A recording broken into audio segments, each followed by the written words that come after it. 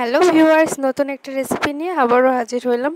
আজকে বানাবো ছানার পায়েস। তো ছানা নিয়ে নিয়েছি এখানে ঝুরঝুরা করে, দেখতে পাচ্ছেন। ছানাটাকে আমি ম্যাশ করিনি, কারণ এই ছানাটা ঝুরঝুরা করে নিয়েছি এ কারণে যখন এটা রান্না হবে তখন মুখে পড়বে তখন কিন্তু ছানার একটা অন্যরকম একটা স্বাদ লাগে। তো এখানে দুধ নিয়ে নিচ্ছি 1/2 লিটারের মতন। এই দুধটাকে গরম করে নিব। দুধটা গরম হয়ে উঠলেই তখন আমি যে ছানাটা করে রেখেছি সেই ছানাটা আমি এখানে গরম দুধের ভিতর অ্যাড করে দিব।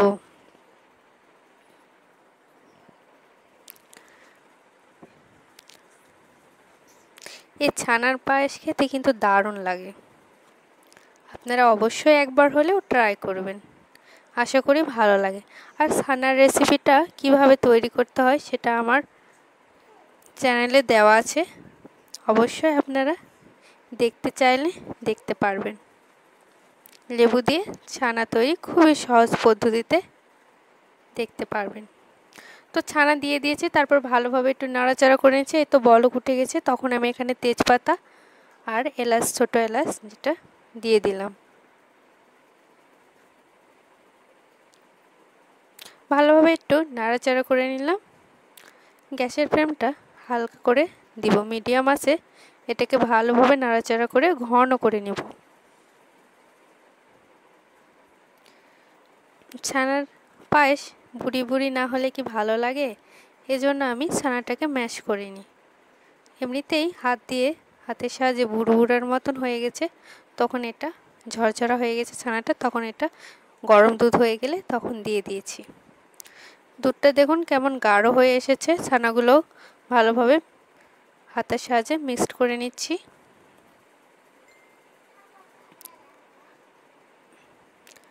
তো দুধটা যখন গাঢ় হয়ে আসবে নাড়তে নাড়তে, এই অবস্থায় আমি এখানে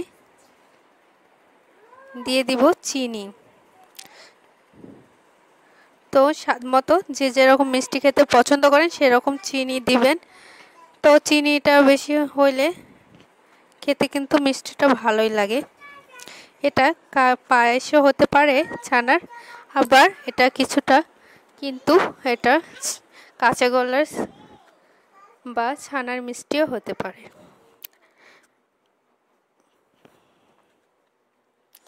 খেতে ওই রকমই লাগে। ছানার মিষ্টি আপনারা অবশ্যই খেয়েছেন, ছানার মিষ্টি বা কাঁচা গোল্লা, যেটা খেতে কিন্তু প্রায় ওরকমই লাগে, একই রকমই। তো পায়েসটাতে দুধ অ্যাড করে দিয়ে পড়েছিলাম।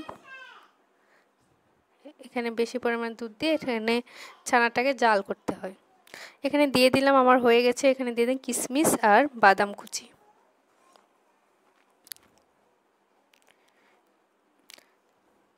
দিয়ে আবারও একটু নাড়াচাড়া করে গ্যাসের ফ্লেমটা অফ করে দিব।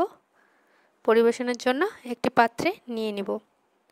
খুবই সিম্পল একটি, খেতে কিন্তু দারুণ। আপনাদের বাসায় যদি ছানা থাকে অবশ্যই এভাবে তৈরি করে নেবেন, বা ছানা তৈরি করে এভাবে বানিয়ে নেবেন। দেখুন কতটা ঘনত্ব, এটার কেমন ঘনত্ব। তো পরিবেশনের জন্য একটি ডিশে আমি নিয়ে নিয়েছি। তারপর এখানে বাদাম কুচি উপর থেকে আর কিশমিশ দিয়ে দিব, দেখতে সুন্দর লাগবে। খেতে কিন্তু দারুণ মজা, অবশ্যই আপনারা ট্রাই করবেন, একদিন খেয়েই দেখবেন, আশা করি ভালো লাগবে। খুবই সিম্পলভাবে কিন্তু খেতে কিন্তু অনেক মজা, অবশ্যই আপনারা ট্রাই করবেন।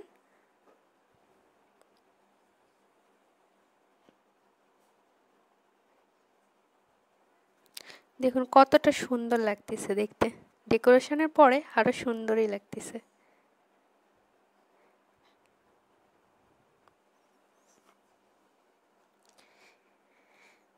অতিথির জন্য তৈরি করলেও এই পায়েসটা কিন্তু দারুণ মজা লাগবে। সবসময় তো আমরা পোলাও চালের বা এমনি চালেরই পায়েস খেয়ে থাকি, তো এইভাবে একদিন ছানার পায়েস খাওয়াবেন, তাহলে দেখবেন বাসার সবাই খুশি হয়ে যাবে।